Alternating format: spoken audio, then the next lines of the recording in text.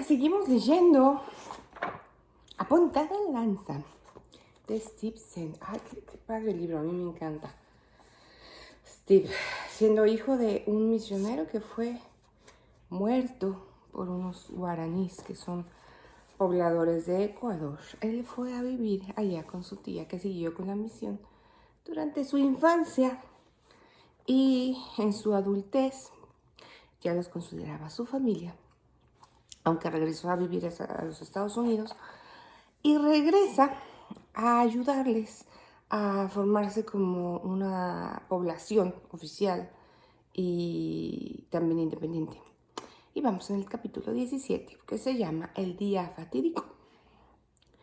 Uno de los libros favoritos de nuestros hijos cuando eran pequeños era uno que el título en inglés dice Alejandro y el Día Terrible, horrible, malo y pésimo. A no dudarlo, tuvimos una porción de esos días en Emumpade. Pero hubo también otros cuando la esperanza para el futuro de ese pueblo me alentaba. En el mundo errático de los guaraníes, algunos días comenzaban de una manera y terminaban de otra. Un día como ese sirvió como momento decisivo para nuestras vidas. Con los guaraníes en Emumpade, los ancianos se reunieron ahí. Tani y Dui caminaron desde Tihuaeno hasta Toñampade y río abajo con Oma y Pa. Omeni caminó desde Tzampino. Kenta tuvo el viaje más largo. Él y su esposa, Ana, viajaron en canoa por un día y caminaron 1 y medio.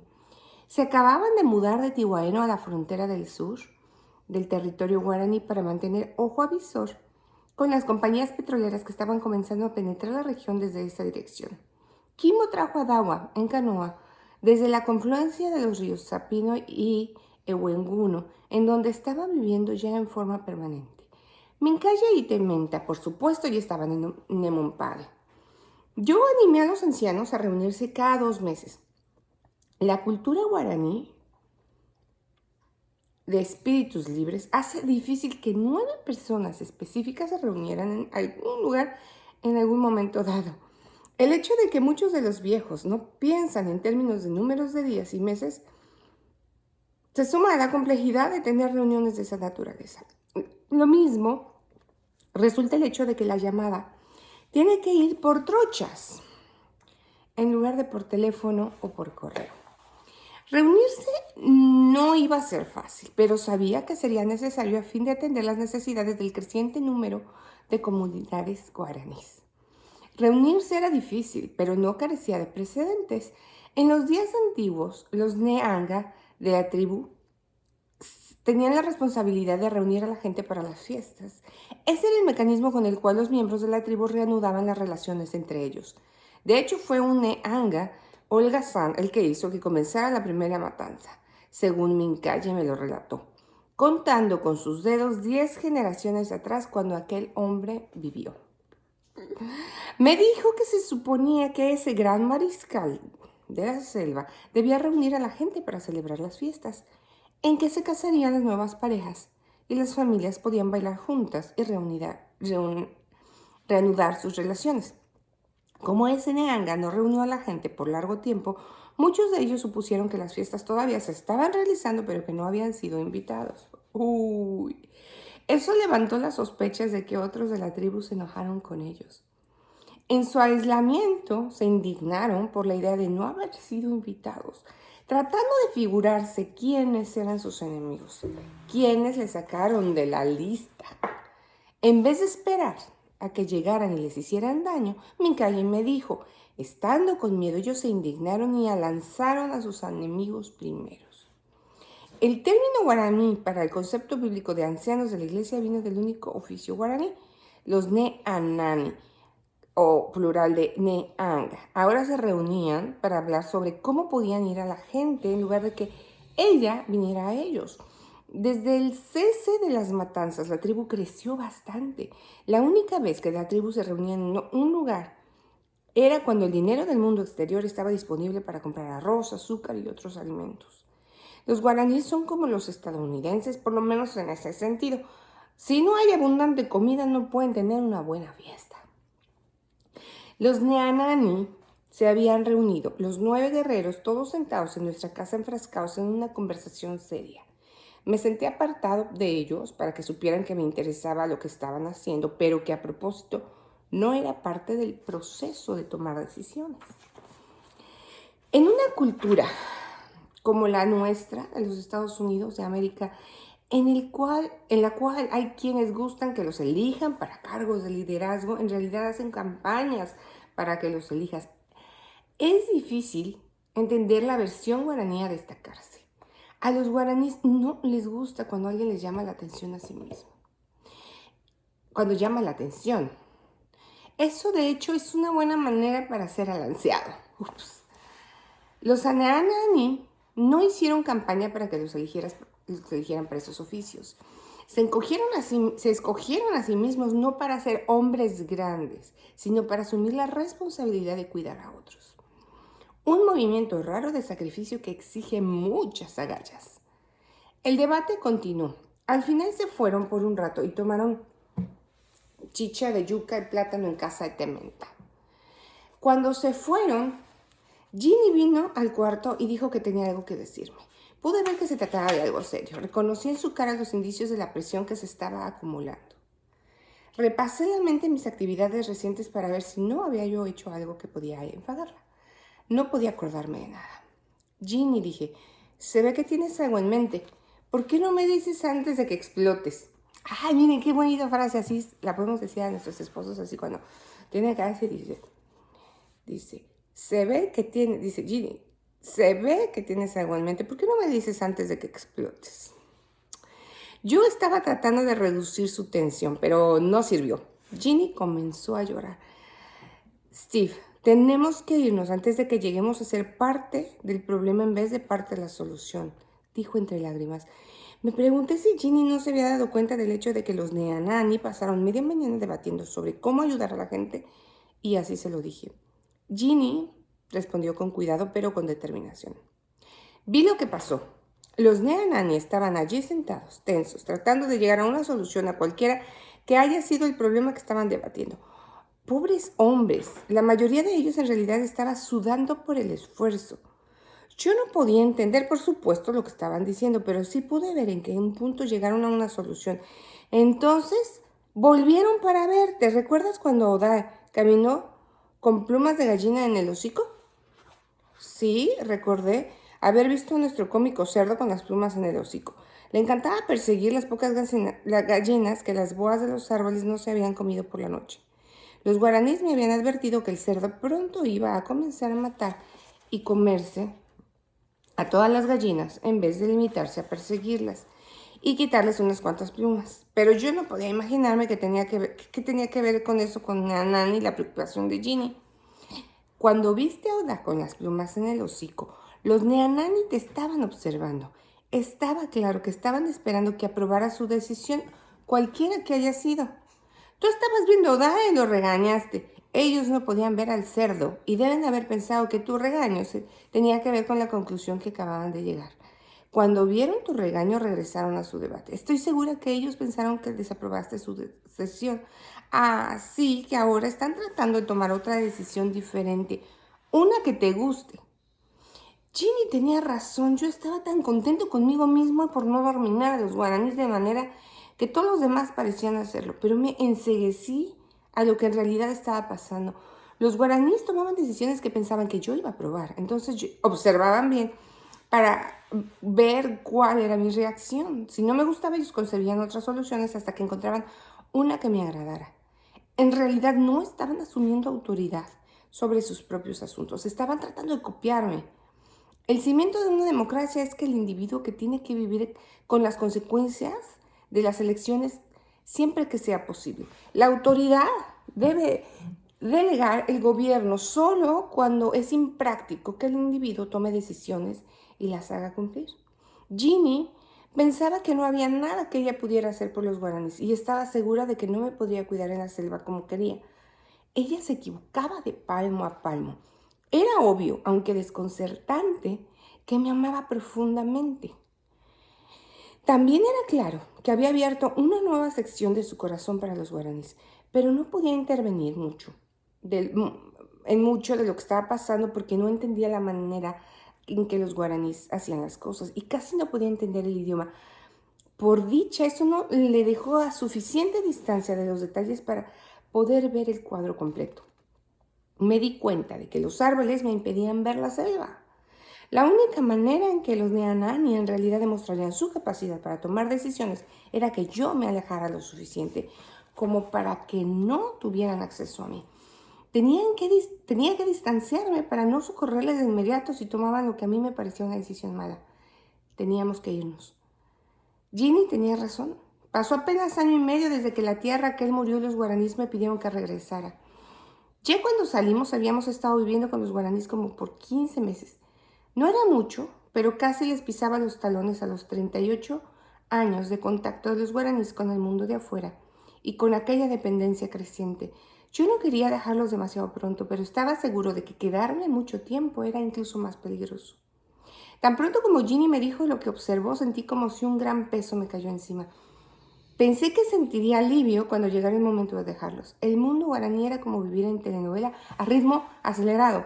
El caos reinaba. ¿Cómo no serlo cuando todos hacían lo que querían? Cuando la única autoridad era la presión de desaprobación sutil de la comunidad. Me di cuenta de que estar allí era como si yo sostuviera el botón de la llama piloto de gas de la cocina guaraní. Si lo soltaba demasiado pronto, la llama no encendería, pero mientras estuviera sosteniéndolo en la cocina, no se iba a encender ni haría lo que debía hacer. Como en muchos aspectos de la vida, aquí también el momento preciso lo es todo. Crucé la cortina de nuestro dormitorio y me senté en el piso. Eso era lo más que podía hacer para estar solo. Me preocupaban los guaraníes, pero estaba aún más preocupado por mí mismo. No estaba preocupado por lo que haría sin mí. Estaba más preocupado por qué haría yo sin ellos. Yo no era un hombre de negocios y tenía poco deseo de regresar a una vida enfocada a ganar dinero. Fue muy doloroso separarme del papel que desempeñé por tantos años, en el que mi éxito se basaba en mi nivel de actividad, pero ahora ya no era parte del mundo que medía mi valor. No por mi contribución a la comunidad, sino por lo bien que se buscaba ser el número uno. Hacía muchos años que había dejado la vida de culturas mezcladas en que me crié para ir a estudiar a los Estados Unidos. Después de que Ginny y yo nos casamos, escogí vivir en los Estados Unidos y pasé por el proceso doloroso de aprender a funcionar en este mundo complejo y vertiginoso. Pero entonces me arranqué yo mismo de eso y regresé a un mundo en el otro extremo. Ahora me daba cuenta de que no estaba por completo en ninguna parte. Sentí el más intenso sentido de soledad que jamás experimenté. Acababan de dar el voto por dejarme fuera, por supuesto, no de parte de la comunidad. Ellos se habrían alegrado de continuar viviendo como lo habíamos estado haciendo en nuestra charada inadvertida. No, yo tenía que tomar mi propia decisión de salir. Mi amor y respeto profundo por los nómadas de la selva tropical, gente que me hicieron tan parte de su mundo como podían, me obligaba a hacerlo. La dulce y sensible Ginny entró al cuarto y se sentó junto a mí en el piso. Me abrazó y lloramos juntos, esperando que los Neanani no regresaran y nos vieran. Yo sabía que tenía que decirles que era hora de empezar a planear nuestra salida, ahora que ellos estaban reunidos. Al darme cuenta que yo mismo tenía que darme el despido, supe que por fin comprendía de una manera muy personal el dilema guaraní. Yo quería que ellos fueran ellos mismos y que nunca cambiaran. Pero permanecer sin cambio significaría que iban a desaparecer. Cambiar significaba grandes riesgos y quizás décadas de transición y experimentación dolorosa. Al presente los viejos estaban aturdidos. No podían comprender todos los peligros que les esperaban para devorar la vida que ellos conocían. Los jóvenes eran más como yo, no pertenecían a ninguna parte, no podían ser parte de las maneras antiguas, ni querían serlo, pero el mundo de afuera no los aceptaba.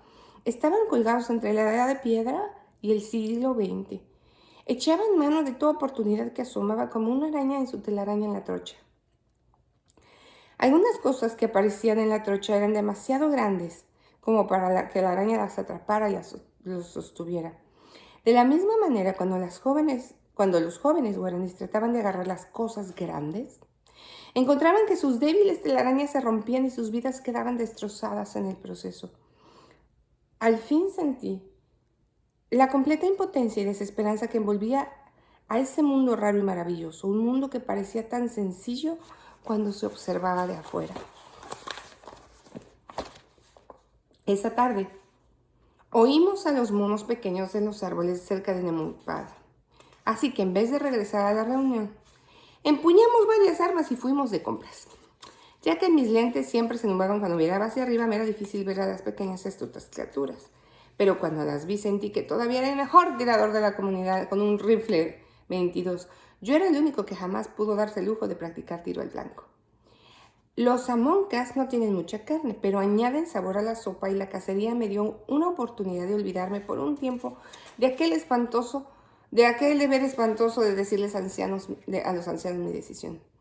Con toda sinceridad me di cuenta de que había sabido desde mucho antes que ese día que se acercaba. Ginny solo me empujó a admitir lo que ya sabía.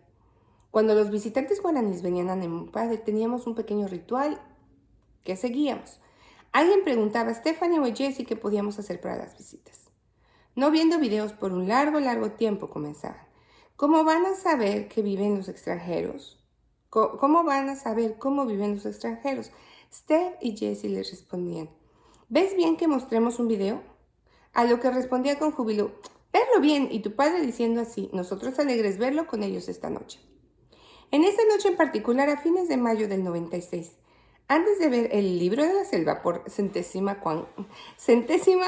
quincuagésima vez, hice mi triste anuncio a los Neanani y a los amigos cercanos y familiares que dejaron sus hogares y vidas en otras comunidades para comenzar esa pequeña comunidad de Arroyo Estrella, Nemumpad. Rara vez hay una manera fácil de hacer algo difícil. Iñani, dije, mi gente, ustedes diciéndome venir. He venido con mi nanicabo para ayudarles a aprender cómo hacer cosas de extranjeros, como ustedes me enseñaron cómo hacer cosas de los antiguos cuando yo era niño. Ahora, ustedes, habiendo aprendido a hacer algunas de sus cosas, yo debo ir a Estados Unidos otra vez para que ustedes puedan hacer esas cosas si ustedes lo ven bien. Cuando terminé de hablar, la gente se quedó sentada en el piso, en silencio, la manera típica de los guaraníes de expresar emoción profunda. Marga y Omonpade hicieron el primer movimiento para reaccionar a mi aturdidor anuncio. Las dos se acercaron a Ginny y la abrazaron. Omonpade, de corazón blando, comenzó a llorar. Ay, sí, yo también ya voy a llorar. Jessie estaba sentado en su lugar acostumbrado en la hamaca con Mincaye. Él agarró el agujero del oído de Mincaye, una manera segura que Mincaye comenzara a regañar en circunstancias normales. Mincaye se quedó sentado sin siquiera notarlo. Solo cuando vio a que Jessie estaba llorando reaccionó consolando a este muchachote al que se veía que quería muchísimo. En los Estados Unidos, a veces observamos un momento de silencio, pero en realidad no sabemos cómo estar en silencio juntos. Los guaraníes sí lo saben. Esa noche todos nos quedamos ahí sentados en silencio por largo rato. Entonces, sin decir nada, ellos comenzaron a deslizarse entre la noche. Nadie ni siquiera pidió una vela para iluminar la trocha casa. Por fin, Kimo rompió el silencio entre los que todavía quedábamos. Ongingamo Kugnat Night, dijo y se fue. En pocas palabras, que había sido una pequeña tradición entre Ginny y Kimo, abrieron la puerta de las emociones. Oí unas risitas seguidas de más gimoteos y lloriqueos. Mi corazón se partía y no pude contener las lágrimas. No había duda. Iba a ser mucho más difícil que venir. Sentimos que necesitábamos venir, pero ahora sabíamos que teníamos que irnos. Si nos quedábamos, pronto íbamos a deshacer lo que con tanto trabajo empezamos. Entonces, con la casa todavía más o menos llena de 2/3, alguien preguntó, Babae, tu asunto, ¿quién lo estará haciendo ahora? Me había preguntado si alguien lanzaría tal pregunta. Temía que todos volvieran a una vida de dependencia de sus benefactores Kowadi. A lo mejor no progresamos mucho hacia la autosuficiencia de maneras que el mundo de afuera lo notara, pero muchos de los guaraníes se percataron de que en realidad en sus manos estaba asumir la responsabilidad de su propia gente y de su propio futuro. No se pueden componer en año y medio los problemas de 45. Pero todo nuevo curso comienza con una pequeña vuelta. Pensé que muchos de los guaraníes ya habían comenzado la vuelta a un curso nuevo. Si lo lograba, mi papel sería insignificante, pero si no, no tendría que preguntarme por qué habrían hecho lo que yo o debería haber hecho para ayudarles a salvar su futuro. Escogí mis palabras con cuidado. Ahora ustedes tienen que decidir quién va a hacer las cosas que me dieron para hacer. Waingongi les mostrará. Unos pocos aspiraron hondo en forma casi audible. Por lo menos algunos comprendieron y estaban de acuerdo. Por fin, todos los que estaban durmiendo en nuestro piso se fueron y Ginny y yo nos fuimos a la cama. Kenta y Ana pusieron su cobija en nuestro piso tosco junto al otro lado de los tablones que separaban nuestro cuarto de la sala abierta. Mi mente triste giraba en torbellino, pues me preguntaba qué traería el futuro. En medio de mis reflexiones, oír a Ana comenzar a decir algo. Su cabeza no podía estar ni a medio metro de la de Ginny y la mía. Ginny me tocó con el codo porque Ana estaba hablando en forma muy entrecortada, luchando con una sílaba a la vez. De vez en cuando se detenía y Kenta le respondía algo. Me incliné fuera de la cama y vi por la grieta de nuestra cortina y el marco de la puerta. Ana tenía una vela en la mano y su Nuevo Testamento Wautededo grande en la otra. Ana estaba pronunciando cada palabra con gran determinación. Entonces, después de hacerlo por un rato, Kenta le repetía en tono de conversación normal lo que ella le había leído en forma tan entrecortada. Me di cuenta de que así era como leían la Biblia juntos todas las noches. Ana leía los sonidos, mientras Kenta los unía en su mente. Después él le repetía a Ana cada pensamiento. Ella estaba luchando tanto por leer que no podía entender el significado de las palabras individuales hasta que Kenta se las repetía. Los seguidores de Dios guaraníes no eran la mayoría de la tribu, eran apenas unos 20%. De vez en cuando los Neanani se reunían, iban de comunidad en comunidad nombrando a todos los que estaban siguiendo la trocha de Dios. A los que hacían una declaración pública de que estaban siguiendo la trocha de Dios antes de que la suya propia, que habían sido bautizados y que habían demostrado su convicción por la manera en que vivían. Se les consideraba seguidores de Dios. El número hubiera sido más alto si hubieran contado sin evaluar la evidencia a todos los que afirmaban ser seguidores de Dios. Los seguidores de Dios no eran los únicos de la tribu con los que teníamos relaciones personales, pero eran los únicos guaraníes con motivación para ayudar a otros a costa propia. En circunstancias normales, no tenía sentido negarse a uno mismo para el beneficio de los demás. Pero los que querían seguir la trocha de Waingongi comprendían que el libro de los grabados les enseñaba la manera nueva en que debían vivir. En la mañana siguiente, toda la comunidad se reunió a la casa de Dios. Nos pidieron que fuéramos. Nadie dirigía la reunión, así que nada pasó por un rato. Todos nos limitamos a quedarnos sentados en silencio, pensando. Luego alguien lanzó una pregunta al aire.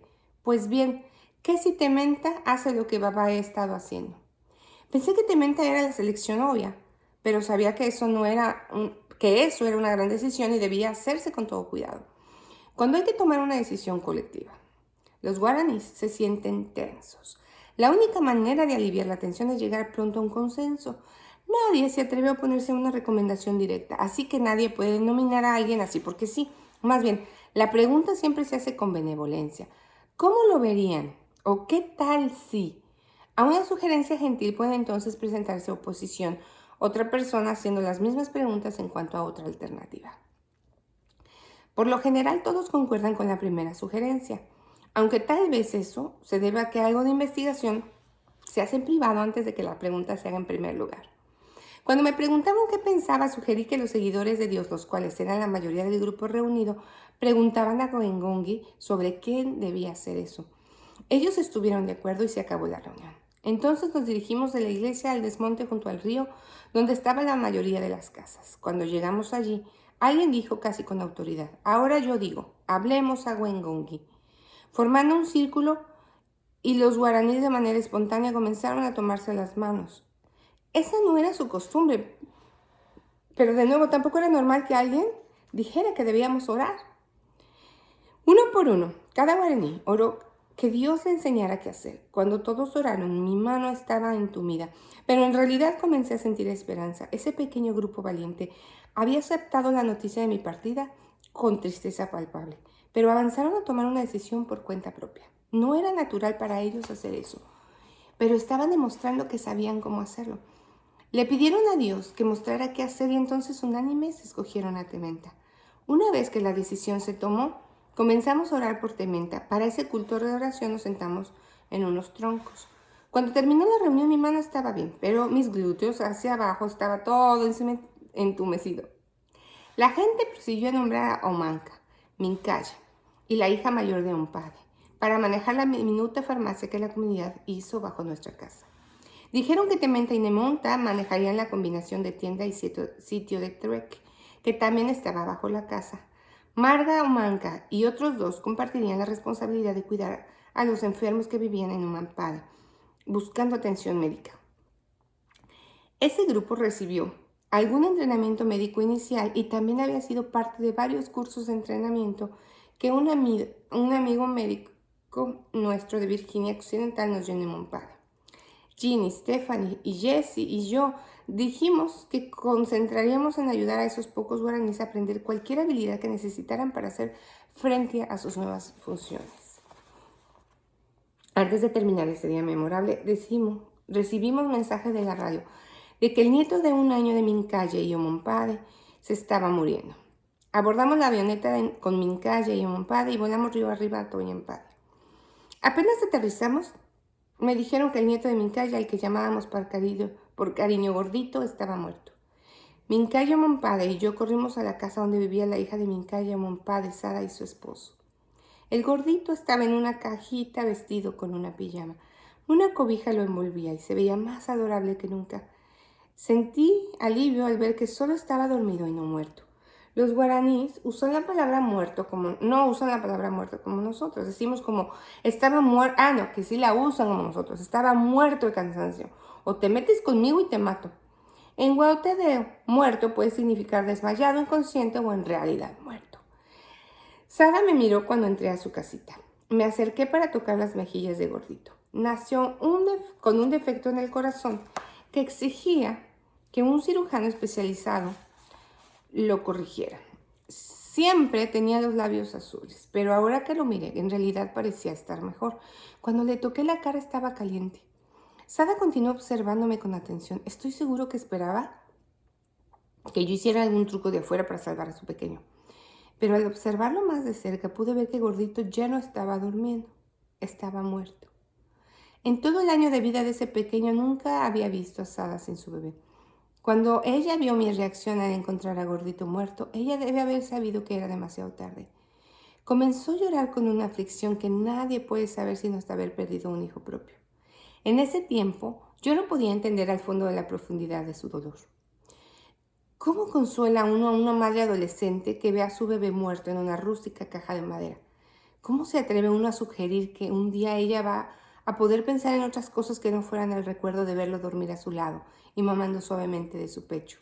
O de ver a su manita suave saliendo de la tela con lo que lo cargaba, donde su peso se oprimía contra su cuerpo todo el día.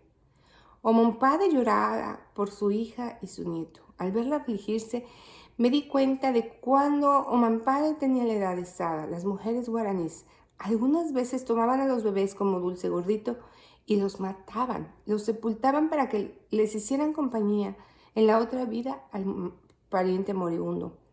No era raro que los padres estrellaran la cabeza de sus bebés si lloraban mucho. O si un bebé venía muy seguido a otro, el padre tenía suficiente razón para echarlo al río o dejarlo en la selva. Mientras Sada lloraba, Tidonae preparó a Gordito para el entierro, expresando su dolor en una manera diferente. Puso un buen radiotransmisor en la caja junto al bebé. Entonces puso un par de zapatos de bebé y todos los juguetitos que le había comprado con el dinero con sacrificio había ahorrado. Salpicó perfume por toda la caja. Y luego sacó el talco. Estaba decidido a echarle talco a Gordito, así que le ayudé a desenvolver al precioso bebé. Cuando Sada vio las pequeñas manos de Gordito, comenzó a besarlas. Tidonae luego se lo quitó y envolvimos su cuerpecito otra vez y lo colocamos de nuevo en su pequeño ataúd.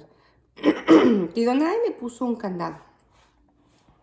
Tú que no se fuera a salir, ¿no? Al principio me confundió lo del candado, pero entonces recordé que en Toñampade todos tenían que echarle candado a sus cosas de valor. Gordito era la posesión más valiosa que Tidonae y él quería ponerle un candado a la caja. Meses atrás hubo una oportunidad para ayudar a Gordito, pero yo había decidido contra aquello.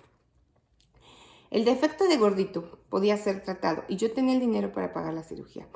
A mí me consideraban parte de la familia de Mincaye, así que podía haberles ayudado sin que se esperara que yo pagara por otros servicios médicos costosos, pero yo sabía que no estaría bien hacerlo. El costo de la cirugía de Gordito hubiera costado lo mismo que el tratamiento de cientos de personas con malaria crónica. Había pagado por exámenes médicos para otros cientos más, con suficiente dinero de sobra para proveer los antídotos a cada comunidad. Con lo que iba a costar la operación de Gordito, un buen número de vidas podían salvarse y no había garantía de que Gordito sobreviviera a la operación. Él necesitaba aquella operación a una edad muy tierna. Si hubiera muerto en ese entonces, yo no hubiera podido explicarles a Sara y Tunay que mi ayuda les quitó a su pequeño mucho más temprano que si lo hubiéramos dejado en paz. Sin embargo, la razón verdadera por la cual no se hizo los arreglos para la operación de Gordito fue que su mamá y su papá no querían atravesar por la dolorosa incertidumbre que requería la operación. Ellos no querían que los extraños tomaran el control de su bebé o de sus propias vidas. Y eso me pareció, era decisión de ellos y no mía. En nuestro mundo sofisticado, a Gordito a lo mejor se lo arrebataban a sus padres y no quería que tuviera la operación. En este otro mundo más avanzado, el gobierno piensa que sabe lo que es mejor para nosotros y como pueblo tenemos que creer que sabemos lo que es mejor para los demás en el mundo.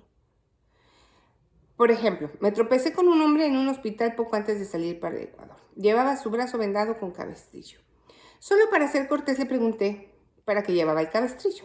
Me dijo que tenía problemas con su meñique, que había sido cercenado en un accidente. Lo llevaron de inmediato al hospital en donde le cosieron el dedo en su lugar. Me dijo que había pasado 5 años de hospital en hospital. Estaba en constante dolor y no pudo trabajar todo ese tiempo. Me pregunté qué más se hubiera podido hacer por él. Entonces, ¿qué van a hacer por ti esta vez? Le pregunté. Voy para que me lo amputen, dijo. Este meñique me ha arruinado mi vida por 5 años. Voy a perder el dedo. Y quiero recuperar mi vida. La compañía de seguro iba a pagar $20,000 más por dejarlo en la misma condición que el accidente de motocicleta lo había dejado 5 años atrás. Y $1,000,000 en gastos médicos. Me dio la impresión de que le habían vuelto a coser el dedo en puesto sin su consentimiento. Eso era solo una pequeña ilustración de cómo el mundo de afuera puede tomar grandes decisiones que afectarían mucho la salud, el bienestar y el futuro de los guaraníes. Yo anhelaba por poder ayudar a defenderlos, pero sabía que lo que ellos más necesitaban era una oportunidad de ayudarse a sí mismos. Sabíamos que teníamos que entrenar a la gente en varias habilidades antes de partir. Un buen ejemplo era cómo Tementa tenía que aprender a administrar la tienda. Operábamos bajo la idea de que todas esas pequeñas empresas eran para beneficio de la tribu, no para obtener ganancias. Por otro lado, cada empresa tenía que ganar suficiente para pagarse por sí sola. Yo estuve comprando mercancía que los guaraníes venían a buscar a Nelmumpade. Teníamos provisión de todos los artículos necesarios, así como también unos pocos lujos. El primer grupo de necesidades incluían machetes, hachas, limas, mochilas y algunas golosinas como azúcar, sal, arroz, manteca y aceite para cocinar. Yo traté de enseñar a un par de personas cómo regatear para conseguir los mejores precios en Puyo, pero en su mayoría eran muy tímidos. Los dueños de las tiendas podían pedir lo que les diera la gana. Y si el comprador guaraní quería el artículo, pagaba su dinero. Los viejos no podían contar y por siguiente eran vulnerables. Algunos comerciantes y emprendedores volaban a las comunidades guaraníes de vez en cuando. Cuando apenas llegamos, no era raro que uno de ellos cambiara un par de botas de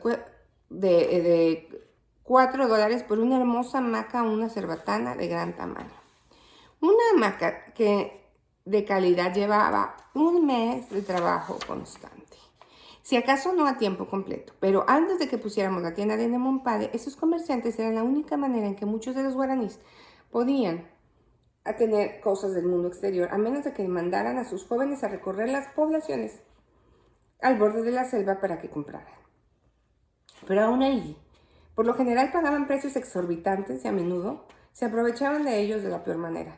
Un truco favorito que los de afuera le jugaban a los jóvenes guaraníes inexpertos era ofrecerles licor. Ellos no sabían que podían rechazarlo, así que por lo general lo bebían. Algunas veces les robaban su dinero una vez que el licor los emborrachaba. Con más frecuencia, los que les exigían beber les dejaban para que pagaran toda la cuenta. Cuando los jóvenes perdían el dinero que les confiaban los miembros de la comunidad para comprar mercancía, titubeaban regresar a casa. Por lo general, terminaban durmiendo en cualquier parte y después de un tiempo comenzaban ellos mismos a aprovecharse de los inexpertos que llegaban. Puesto que no es muy guaraní ser egoísta, los nuevos se sentían obligados a pagarles comida, refrescos y pan a los que ya estaban en la ciudad. Una vez, uno de los yernos de Dayuna estaba en una población al borde de la selva. Caminaba en la calle cuando pasó por una cantina donde comenzaba una pelea. El pleito se propagó cuando él estaba pasando. Uno de los beligerantes lo confundió con otro peleador y le abrió el cuello con una botella rota. Nunca regresó a casa. Para las muchachas su destino estaba peor. Les encantaba ir a la ciudad para ver cosas bonitas y alejarse del estigma de ser aucas. Lo que no parece que sabían es que fuera de la selva no podían simplemente construir un refugio para dormir, ni podían cosechar comida en la huerta ni recoger en la selva. Cuando les daba hambre a las muchachas, entonces eran presas fáciles para los muchachos Kowadi, los cuales las convencían para que se acostaran con ellos a cambio de comida o un vestido barato. Entre los guaraníes no había gran estigma por estar activos sexualmente antes de casarse, a menos que la muchacha quedara embarazada. Entonces la vida se complicaba mucho más. Cuando la tía Raquel murió, yo estaba viendo bebés de raza mezclada en muchas comunidades en el Toñampade, donde los maestros tenían acceso a las muchachas guaraníes. Era casi una epidemia. Así que la tienda de Nemumpade ofrecía mucho más que las aldeas guaraníes alrededor, que solo una comodidad con grandes descuentos. Ofrecía una segura alternativa a los peligros de comprar en el mundo exterior. Expliqué ante Menta que en la ciudad, si él compraba un artículo en el mercado, debía ofrecer un precio más bajo de lo que querían los comerciantes. Él sabía el concepto básico de regatear, pero Tementa, aunque bien inteligente, también era reservado y callado. Después de que negocies un buen precio para un solo producto, dile al comerciante que quieres un montón y negocia un precio aún mejor, le expliqué. Puede ver que la mayoría de los guaraníes pensaban que yo era irrazonable. Sin embargo, Tementa se concentró en todo lo que le dije y tomó notas en su cuadernito. Entonces expliqué que debía anotar lo que acabó pagando por cada artículo. Eso requería dividir el costo de, vamos a decir, una caja de jabón por el número de barras que tenía la caja. Eso nos daba el precio por artículo. Entonces añadiríamos un porcentaje de ese costo para cubrir el desperdicio y el costo de llevarlo por avioneta en Nemumpade. La idea de los porcentajes resultó ser un tropiezo grave. Tementa se quedó perplejo por el concepto. Le enseñé cómo hacerlo con algunos frijoles de la despensa de Ginny. Si tienes 100 frijoles, quieres añadir 20% para cubrir el costo del vuelo, tienes que contar 20 frijoles adicionales y añadirlos a los 100 frijoles. Eso fue muy fácil para él. Pero cuando el número base era solo 50, no podía inventarme una manera de explicarle que 20% de 50 era solo 10 y no 20. ¿Cómo puede ser que 20% sea 20 frijoles una vez y solo 10 al siguiente? Los números son un concepto fácil para el Kowadi, cuyas vidas gobiernan esos números y los estudian por años en la escuela. Pero tomen a un Kowadi y pídenle que haga un refugio para la lluvia de la selva. No sabe cómo distinguir un palo débil de uno fuerte y no tiene ni idea de cómo distinguir un bejuco para atar una enredadera que se romperá con el más ligero tirón. La solución para los porcentajes llegó a ser una calculadora solar que yo tenía. Tementa podía calcular muy fácilmente en ella los porcentajes. Todavía no entendía el concepto, pero aprendió con gran rapidez a poner el costo verdadero de una caja de jabón, dividir el costo total por el número de panes de jabón de la caja y entonces multiplicar ese resultado por 1,20. No tenía que aprender el concepto detrás de los porcentajes, sino iba a desarrollar más el concepto. No iba a ser maestro de matemáticas, solo tenía que figurarse cómo poner precio en la mercancía. Una cosa que Tementa comprendió por instinto, lo cual parece escapar a la mayoría de los estadounidenses. Es que si uno gasta más dinero de lo que gana, termina en problemas financieros, matrimoniales y a veces hasta de tipo médico. Mientras Ginny, Jessie, Stephanie y yo nos concentrábamos en enseñar a Tementa y a otros las habilidades de afuera que necesitaban dominar, comencé a preguntarme cómo otras tribus de la selva estaban resolviendo esos mismos problemas. La respuesta casi universal fue: no lo están haciendo. Dependían de los de afuera para que les enseñaran, los curaran, los transportaran, les proveyeran comunicaciones y les vendieran cosas. Comencé a ver la necesidad que los guaraníes tenían. No solo era de ellos. La dependencia era una aflicción principal para los grupos de personas que viven en áreas fronterizas en todo el mundo. Me pregunté quién ayudaría a todos esos grupos de gentes. Si alguien podía creer que era capaz de dominar las habilidades requeridas para atender sus propias necesidades cambiantes, a lo mejor se podía evitar el pantano de la dependencia. No es fácil evitar la dependencia, pero es mucho más fácil evitarla que curarla cuando ya se ha vuelto parte del sistema. Sabía que la educación no es la solución para todos los problemas del mundo. Pude ver eso cuando estábamos construyendo la pista de Numampade. Comenzamos con un grupo de jóvenes en el campamento. Un par de ellos trabajaban a la par de hombres maduros. Ellos podían trabajar duro, pero solo trabajaban unas pocas horas y luego, después de un par de días, se iban. Otros se quedaban parados, con arrogancia, desdeñando incluso la idea de ensuciarse. Lo único que hacían con entusiasmo era comer. Me di cuenta de que la cantidad de trabajo que esos jóvenes rendían era proporcionalmente inversa al número de años que asistieron a su escuela. Su educación estaba de manera drástica fuera de línea con el mundo del cual eran parte. Traté de explicarles el concepto de los porcentajes a un par de jóvenes brillantes que habían asistido a la escuela por años. No supieron de lo que estaba hablando. En el proceso de recibir educación teórica, abandonaron mucho su habilidad para cultivar, cazar, conseguir comida en la selva. Algunos sabían cómo hacer esas cosas, pero no estaban dispuestos a hacerlo. Ahora les parecía por debajo de ellos. Hubiera sido otra cosa si la culpa de su predicamento fuera toda de ellos, pero no lo era. Mucho de la culpa les pertenecía a los de afuera, que piensan que todos tienen que ser como nosotros y hacer lo que hacemos. ¿Por qué no cambiar la manera de hacer las cosas para que encajen la cultura y las habilidades naturales de los que necesitan aprender?